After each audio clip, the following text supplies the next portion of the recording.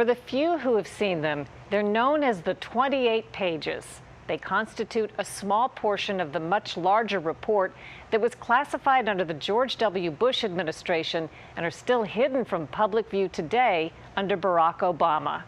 There are bipartisan calls to make them public and accusations that those who want to keep them classified aren't protecting national security secrets, but something or somebody else. It was the morning of September 11, 2001. Two planes apparently crashed into each tower. As the eyes of the world were fixed on the terrorist attacks, a special election was being held in Massachusetts, where Stephen Lynch quietly won a vacant congressional seat. So it may be fitting that today, Congressman Lynch is devoting a great deal of effort to revealing long-held secrets from Congress's 9/11 investigation. There's 28 pages that looks like redaction. Yeah, and when I read it, I thought, this information is something that the public should have. No ordinary American can view them, and members of Congress sworn to secrecy are only permitted to read the 28 pages under strict conditions. She had to make an appointment with the Intelligence Committee and also go to a secure location. They take your pen, paper, electronics, you sit in a room and they watch as you read it. In October of 2013, Lynch went to the secret room in the basement of the Capitol and began reading. The censored material begins on page 395 under the heading, Certain Sensitive National Security Matters.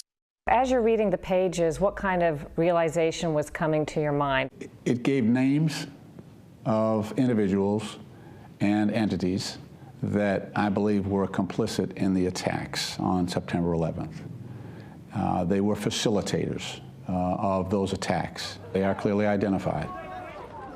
How people were financed, where they were housed, where the money was coming from, the conduits that were used, and the connections between some of these individuals.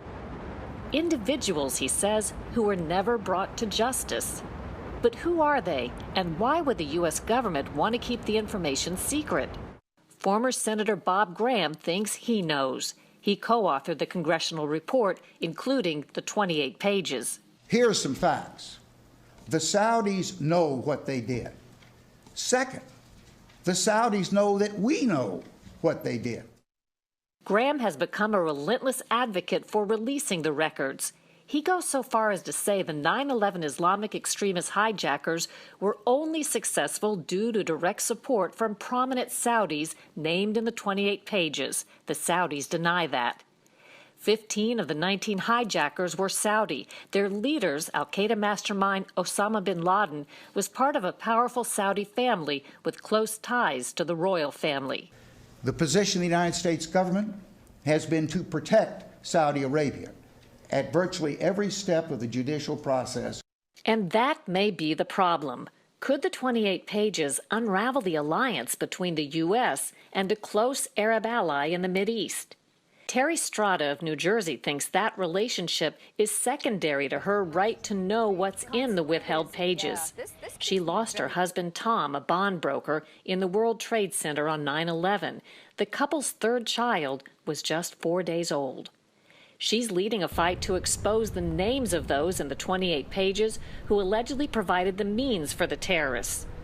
Without money, terrorist organizations cannot exist. It is the lifeblood of terrorism. As long as there are well-funded terrorist organizations out there vowing to kill and destroy us here on our homeland and abroad, we will never be safe. Strada's coalition has made repeated pleas in letters to President Obama. We have not heard back from the administration at all. Has someone put an official reason out there for why this is still classified?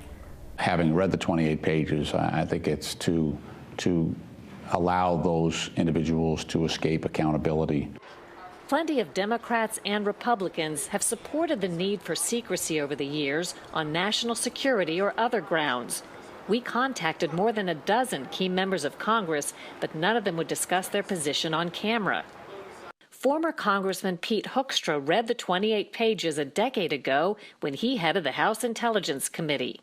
I think it's in terms of diplomatic relationships, maybe very, very sensitive.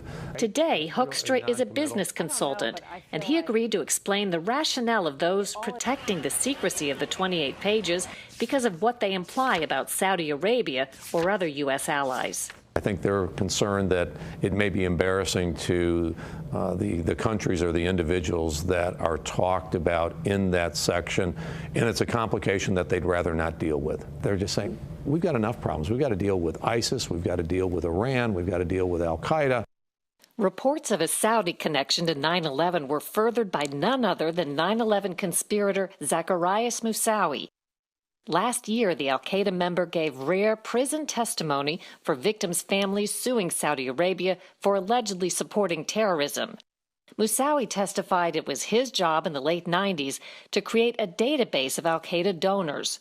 On that list, he claimed, were important Saudi royal family members and officials. Attorney for the victims, the money that was coming from the Saudi donors, how important was it to bin Laden's ability to maintain the organization?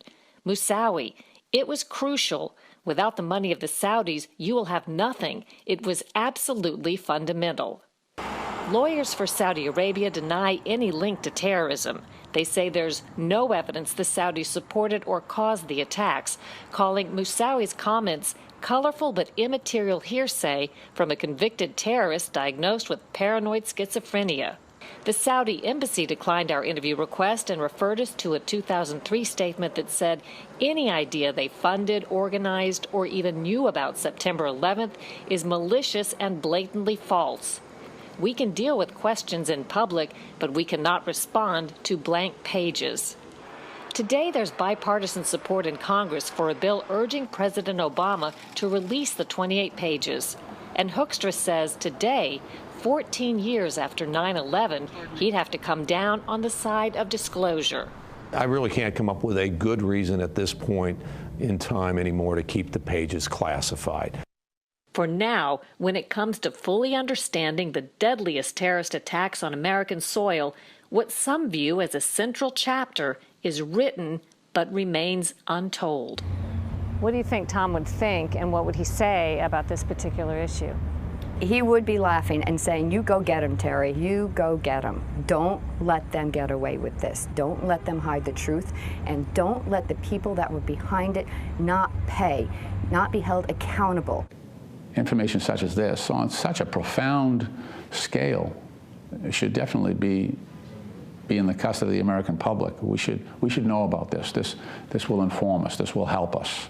And there's no reason why this information should not be made public. We contacted the White House to ask about the status of the 28 pages and their prospect of their public release. What they offered was a statement from a year ago saying they requested that the Office of the Director of National Intelligence review the 28 pages for declassification. That office is currently coordinating the required interagency review, and it is ongoing.